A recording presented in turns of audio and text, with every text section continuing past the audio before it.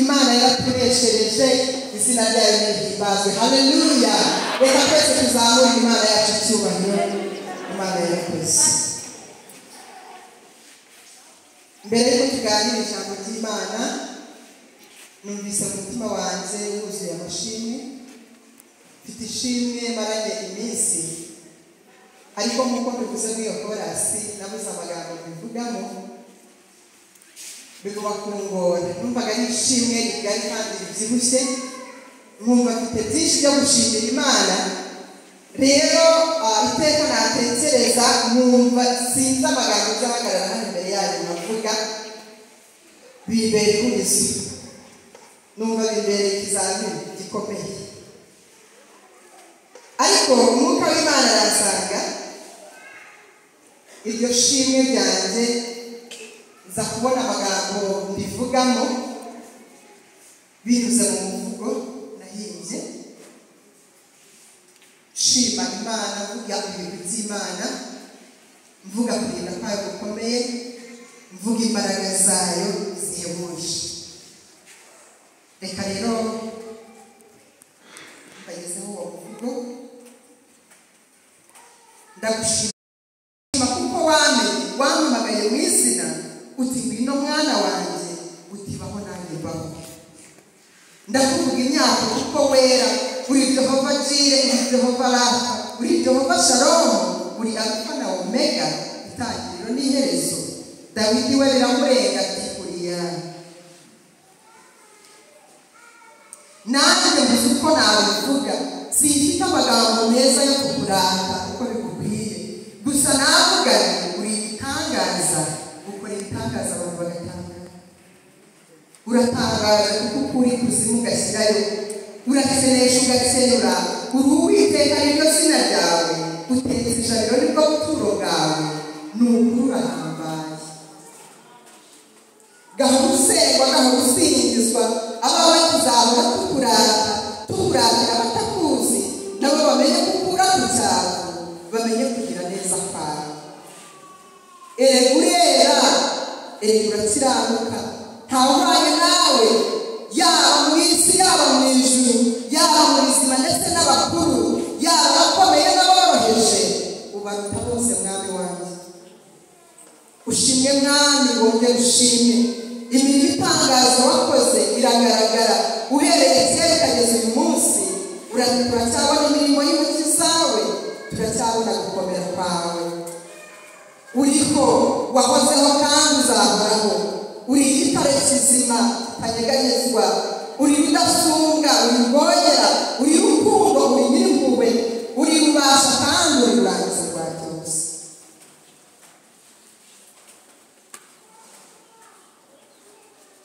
Uko muvuga niko nakubonye, wambereye utakubera ubwihisho, wahumye amaso ibyanyigaga, birashaka birambura, ukora ibitangaza abantu bagatanga. Ndakuvuga ibi, ndakuvuga imyato, uri intwari mu ntambara n'undi uneshwa, n'abakwiringira nabo bamera batyo, nabo ntibajya batsindwa na hato, uragahora ku ngoma barayitsindiye. Mbese nguvuge nte mwami wanjye, mbese ngurate n'igitare cyanjye, mbese nguhamye n'impunze n'ubugingo, mbese nkoresha yawe magambo nunze mu rya Dawidi ko kuri yawe.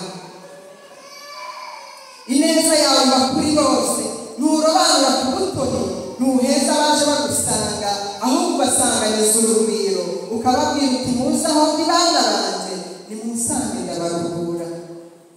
Natwe twaje twitabye, twumva ijwi ryawe ryinginga, tuza kukuramya no kuguhimbaza, kuko twabonye ukuboko kwawe uruta ibyiyita Imana byose. Urera, urahambaye, urakiranuka, uri igitare, uri igihome, uri ingatukingira, uri intwari mu ntambara, uvunagura imyambi n'amacumu, uri intare yo mu muryango wa Dawidi, uratangaje.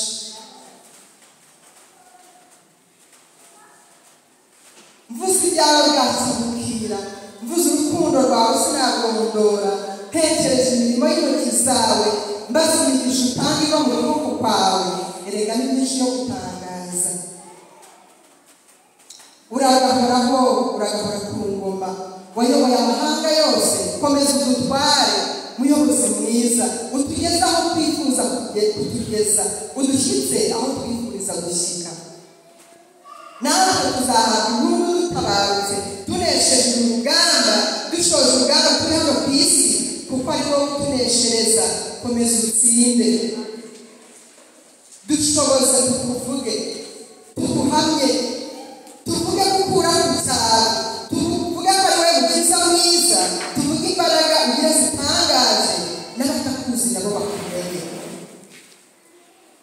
utugire abahinzi bawe bazima bakura abantu bawe mu bubata bwa Satani bahinduke imbata zawe kuko kugukorera nta gihombo ni inyungu gusa gusa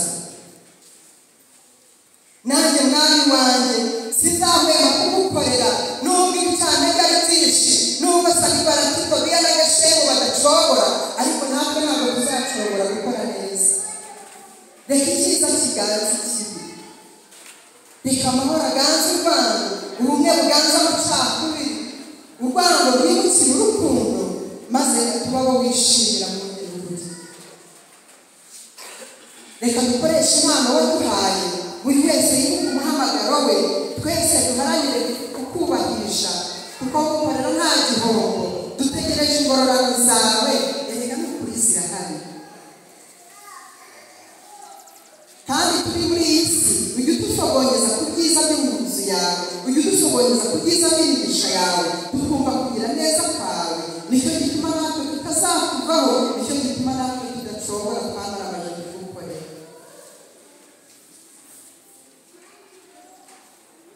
komeza utsinde umwanya utsinzi komeza uratwizira ibyacu komeza ubineshe uduheshe ijabiro komeza ukize uwo mukiza mwiza ineza yawe tuzayamamaza hose habishowe uduhindurira amateka dutekane tukuvuge hose mu matorero shingiro tukwamamaze mu miryango yacu tukuvuge n'abatubonye bose babone ineza yawe bamenye yuko twakumenye bamenye yuko uri umwami ukura ku cyaro bamenye ko uri umwami urohora bamenye ko uri umwami uca ingoyi zose maze tukagukorera tunezerewe nakuvuga bwacu mubwira kuko ineza yawe itarondoreka reka mbisurikiye ahangaha kukuvuga ariko umutima wanjye urakomeza ukuvuga imyato kuko wera kandi ugakiranuka icyubahiro cy'Imana Imana yacu ishimwe biranze nuko nariteguye numvaga nifuza gushima Imana mu ntangiriro z'uyu mwaka wa 2024 ariko nyine bikomeza kubera urugamba nubwo nari umusizi w'umuhanga ariko ndavuga ngo mwana wanjye ndagomba kugerageza akuvuga haleluya kuko Imana narayibonye ntabwo ariyo nabwiwe n'abandi narayibonye haleluya ni Imana ikora kandi ikabigaragaza ni Imana isezeranya kandi igasohoza reka rero twinjire mu ijambo ry'Imana ijambo ry'Imana turebe mu gice cya kabiri badusomeye ubutumwa bwiza bwanditswe na Luka igice cyaho cya 6 badusomeye bahereye ku murongo wa 20 ubutumwa bwiza bwanditswe na Luka igice cya 6 badusomeye bahereye ku murongo waho wa 20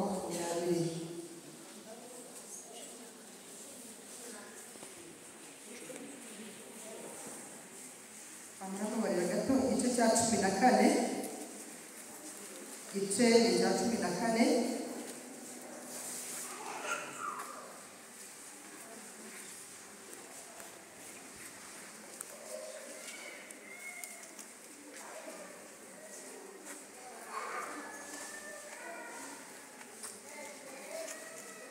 turasoma muri icyo gice cya 14 birashoboka ko hari abantu basomye wenda bari bataragera ahangaha ko badusomeye kare igice cya 14 umurongo wa 15 turaza kugeza umurongo waho wa 24 umutwe w'amagambo uravuga ngo umugani w'abararika babi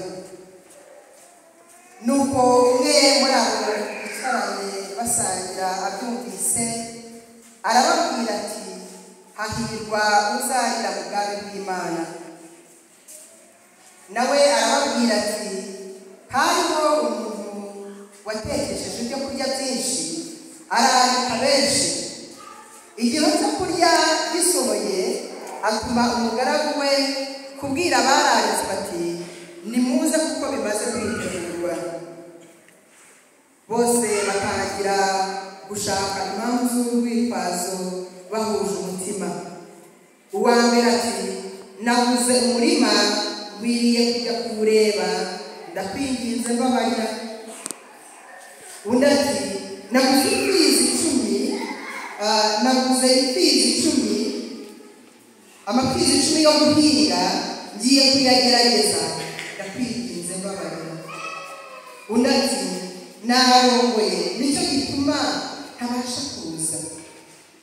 Nuko uwo mugaragu agarutse abwira sebuja ko byagenze, maze nyir'urugo ararakara abwira umugaragu ati sohoka vuba ujye mu nzira nini n'into zo mu mudugudu, uzane hano abakene n'ibirema n'impumyi n'abacumbagira.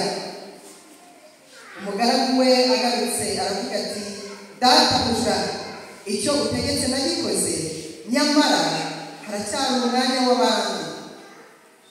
Sebuja abwira umugaragu ati sohoka ugende mu nzira nyabagendwa no mu muhuro ubahate kwinjira kugira ngo urugo rwanjye rwuzure.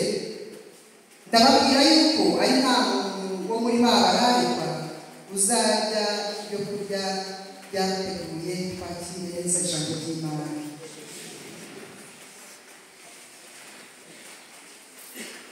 Haleluya. Aya magambo ni Yesu ubwe wayivugiye abacira umugani w'umuntu wararitse abantu ndetse ngo yari yatekesheje ibyo kurya byinshi. Ngo arangije ku munsi w'ibirori b'abantu bararitswe ngo nta n'umwe wabonetse. Kandi ntekereza ko aba bantu ntabwo ubutumire bwari bubatunguye. Aba bantu bari babizi neza, bari bafitanye gahunda n'uwabararitse.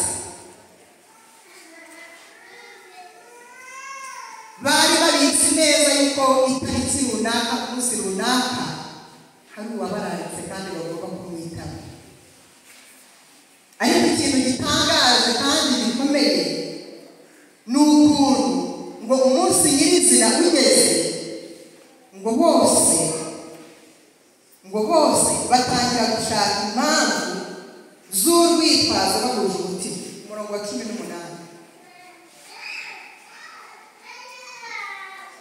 Ntangazwa cyane na ririya jambo ngo bahuje umutima.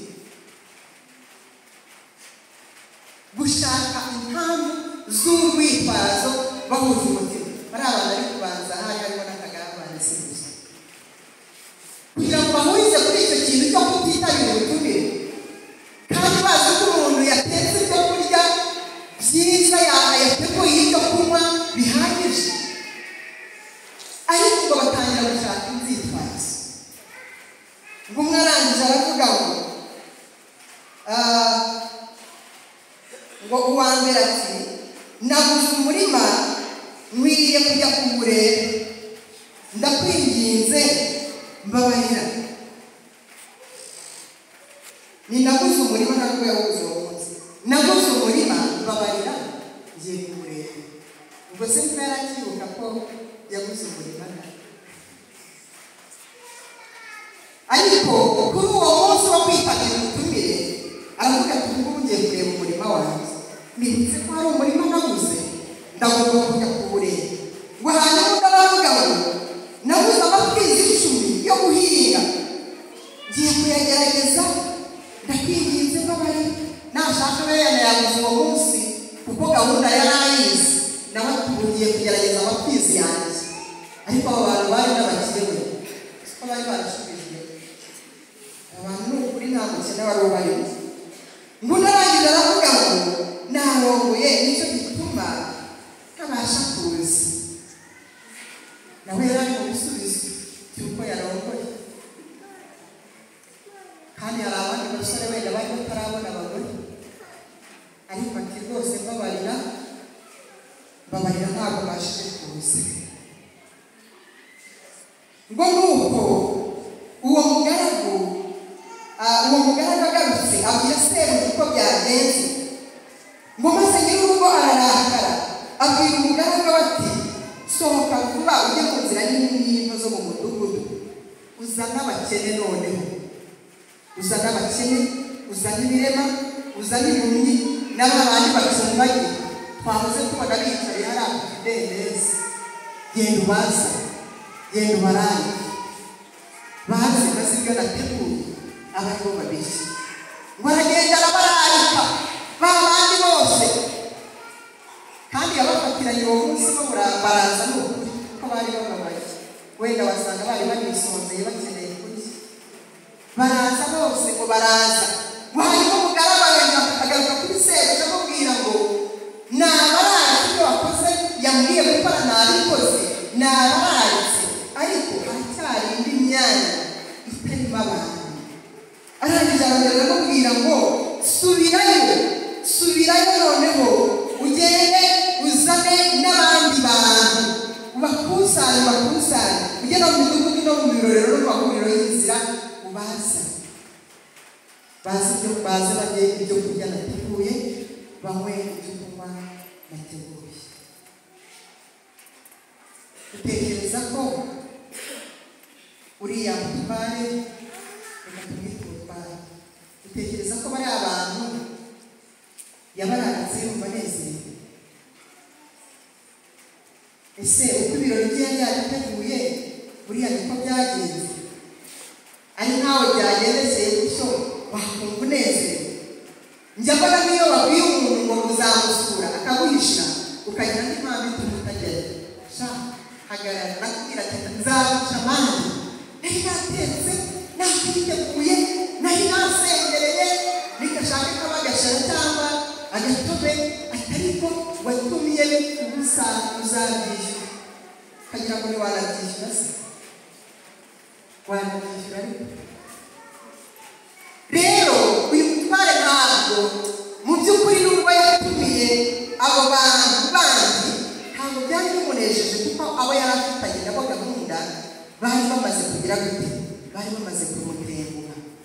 Mu by'ukuri yari ababaye, kuko n'ubundi bavuye yuko ngo yararakaye ku murongo wa 21 ngo nyir'urugo, maze nyir'urugo ararakara abona kubwira umugaragu we ngo nasohoka agende abwire ba bandi bose abona mu nzira, ababonye bose abararike baraza. Hanyuma bya byo kurya n'ibyo kunywa yari yateguye ntabwo byabaye imfabusa, ahubwo byabonye ababishyi. Dutekereze kuri aya magambo, tuyashushanyije natwe mu buzima bwacu bwa Kristo, mu kurarikwa kwacu cyangwa se mu guhamagarwa kwacu. Natwe tuwaduhamagaye, aduhamagarira gukora ibintu.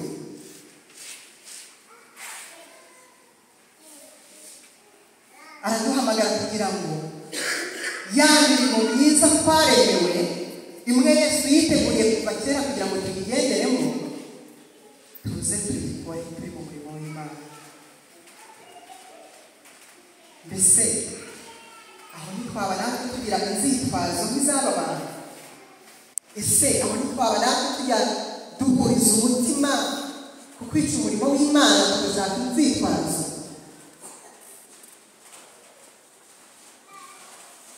Ariko uko byagenda kose, nishaka urwitwazo muri uyu murimo, nawe ugashaka urwitwazo muri uyu murimo, data naza babandi tutatekerezaga tuzabona binjira mu bwami bwo mu ijuru. Imana iduhe ubwenge kugira ngo natwe duhe agaciro umuhamagaro wacu, ndagira ngo bahereze mikrofone wadusomeye ibice andebere mu rwandiko rwa mbere Pawulo yandikiye ab'Ikorinto igice cyaho cya mbere ku murongo wa 26 ageze kuri 29. Urwandiko rwa mbere rw'Ikorinto igice cya mbere umurongo wa 26. Twibaza mu ese twebwe ko natwe twararitswe, ko natwe twahamagawe mu nzu ya data, ese uyu muhamagaro wacu twebwe tubitwara gute?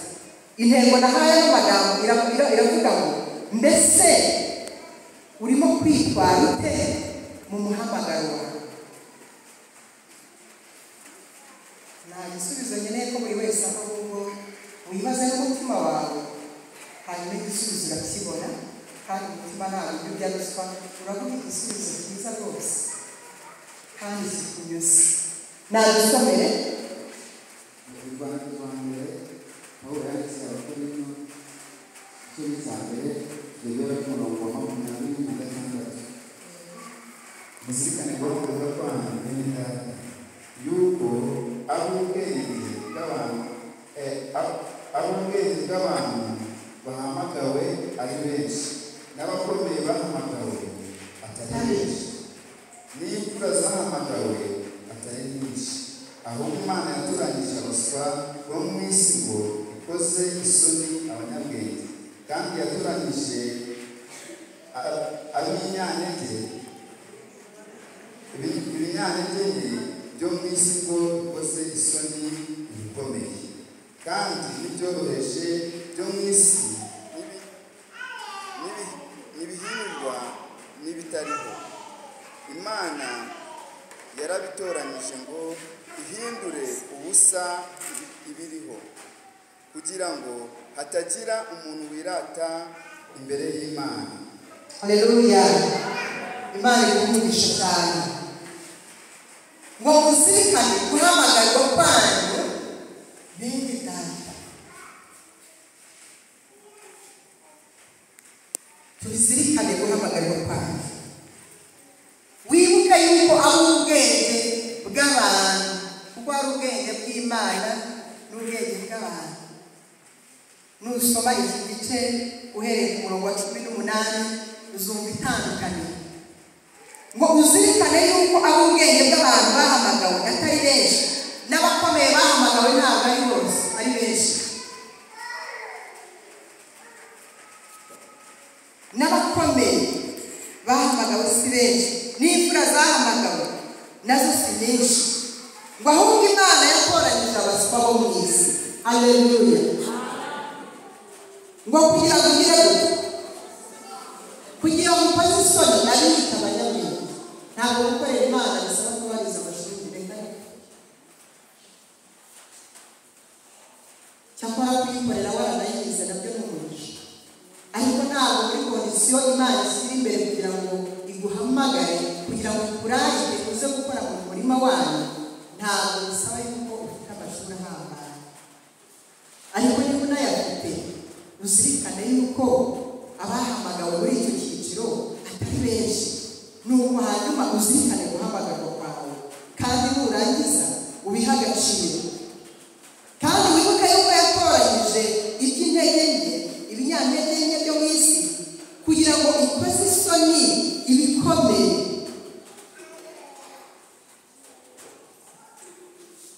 Kandi n'ibyoroheje byo mu isi n'ibihinyurwa n'ibitariho Imana yarabitoranyije kugira ngo uhindure ubusa ibiriho, kugira ngo hataza kugira umuntu wirata imbere y'Imana. Ijambo ryarambwiye ngo wirata Uwiteka, nta bindi byirata bifite, ntabyo. Nta mpamvu n'imwe izumvikana imbere y'Imana keretse ko wakijije. Inzitwazo nka ziriya tubonye bariya barandikwa bari bafite, natwe ntituzigira muri uyu murimo, ntabwo izo mpamvu zizumvikana. Ntabwo imbere y'Imana ibyo bizumvikana, kuko Imana izakwereka abantu benshi bayikoreye bafite inzitizi wari zisa n'izo wari ufite, ariko rimwe na rimwe hari n'igihe rata urwo rwitwazo ruzanwa n'ibisubizo Imana yaduhaye, ukagira ngo hari kuba Imana yaragusubije yagize nabi. Mbese utekereza ko bariya bararika twumvise muri bo hari ubukene wari urimo? Bose ntibari abakire. Hari igihe usenga Imana kuko ubabaye ukayitakambira wumva rwose ubabaye cyane, ufite icyifuzo runaka uyisaba akazi Imana ikakaguha, wabara kukabona ukagira ngo ukidamarira, ugasaba Imana ukayitukamira cyane uyitakambira Imana igukiza uburwayi, Imana yamara kugukiza uti byakemutse. Ugasaba Imana ngo ubushomeri bukumereye nabi, Imana ikakuremera ikaguha icyo gukora, wamara kukibona ukaba bisi. Niba wari no muri korali ugatangira kubabwira uterega bari bisi, iyo mpamvu utekereza ko izumvikana imbere y'Imana ikareka, nta mpamvu niba uzumvikana keretse ko wakijijwe. Niyo mpamvu dukwiriye gukorera Imana kandi twazo na rumwe dushyize muri uyu murimo. Uzirikane guhamagarwa kwawe, nanjye nzirikane guhamagarwa kwanjye. Haleluya. Nuko dukorera Imana tutarebye ku bandi.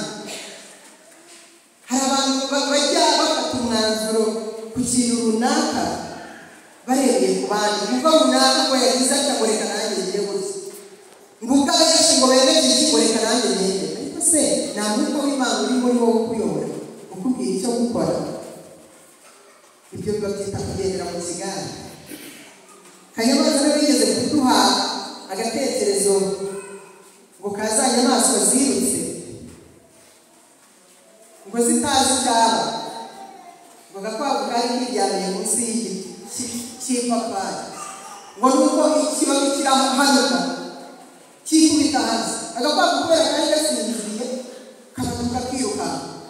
We n'izindi nyamaswa zibonye kiruka nazo ziruka amasigamana, zagera ku mpyisi zikiruka, zagera ku nzovu zikiruka, inzovu zabona intare zabona inzovu zirutse zitubanza ishyamba ryanyu. Inyamaswa zose ziriruka, ivumbi ririrenga, zitazi ikintu zirukanze. Noneho ziriruka ariko ngo ziza kugera ahakenge karanyuka, zimaze kurenga ishyamba, ariko ubundi hariya bigiye zibita.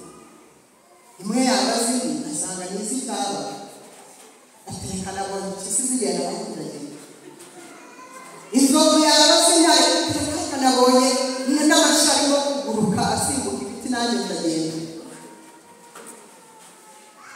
Barakomeza bahererekanya amakuru, baza gusanga byaturutse kuri rwa rukwavu.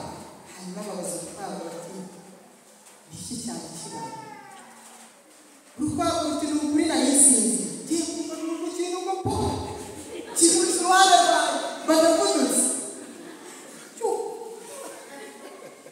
Inyamaswa zose zirigana kuko icyo nicyo cyatumye twiruka. Natwe rero muri uyu murimo ntabwo dukwiriye kugenda mu kigare gutyo, ahubwo dukwiriye kugenda tuza aho tujya. Yesu niwe nzira, ukuri n'ubugingo, ntawe ugera kuri Data atanyuze kuri uwo nguwo. Haleluya. Reka tumukorere, reka twere imbuto zikwiriye abihariye, tuzirikane umuhamagaro twahamagawe, twere imbuto mu gihe gikwiye n'ikidakwiye. Utekereza ko urya mutini Yesu yagiye gushakaho imbuto akazibura ngo yarangiza akawuvuma? Buriya hari bavuga ati kuriya mutini buriya niwo arenganira atari n'igihe cy'ukwezi. Dukwiriye kwera imbuto mu gihe gikwiye n'ikidakwiye. Dukwiriye gukorera Imana mu gihe dufite ibituzirije no mu gihe tubohowe. Mu gihe twishimye cyangwa tubabaye dukwiriye gukorera Imana. Nta rwitwazo na rumwe dukwiriye gushyira imbere yacu n'Imana. Kuko ubwami bw'Imana buratwarana kandi intwarane zikabugishamo imbaraga. Haleluya.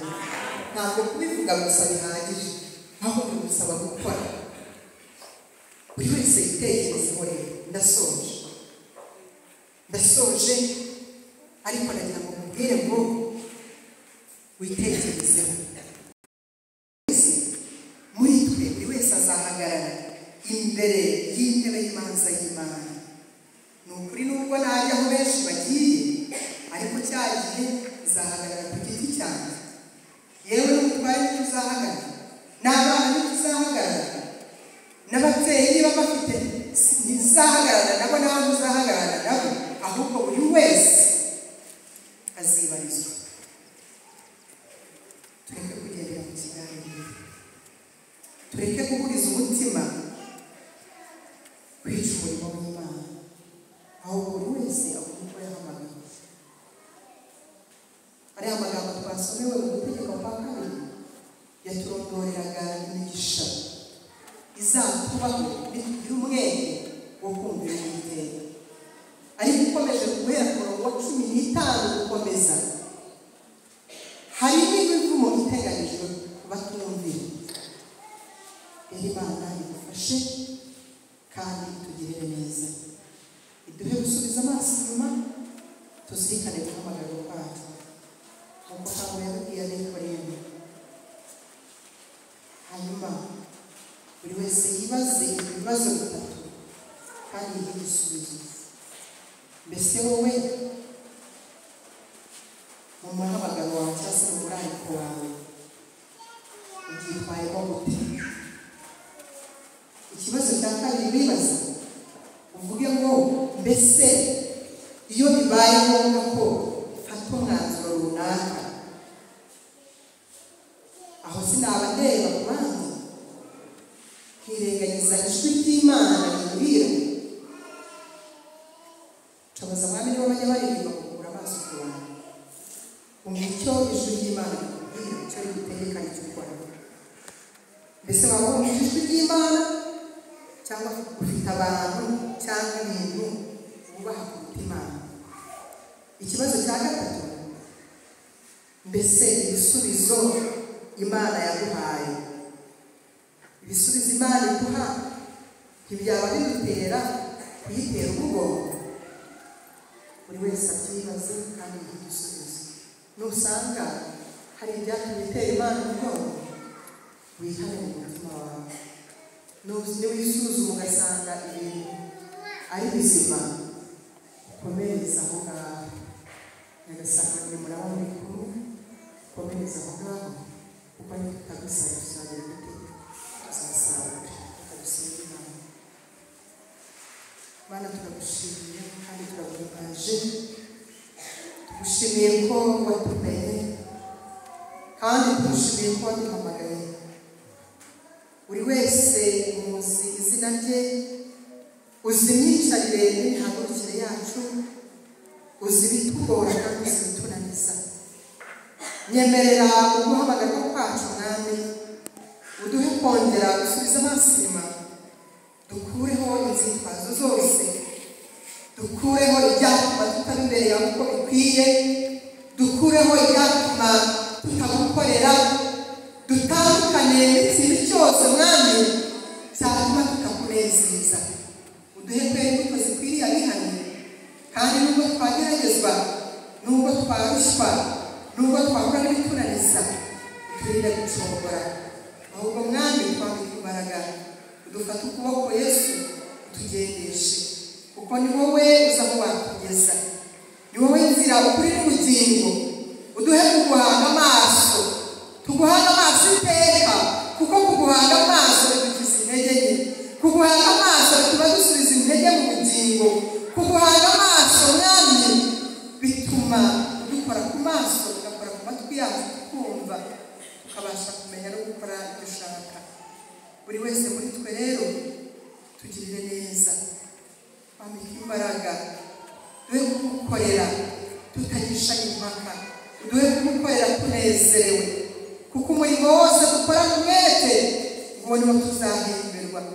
Rero duhe gukorana umwete umurimo wawe, kandi duhe gukiranukira rwose ko twizera neza yuko hari ingororano z'abihanganye zirahari, ingororano z'abanesheje zirahari, ingororano z'abagumye muri uyu murongo zirahari.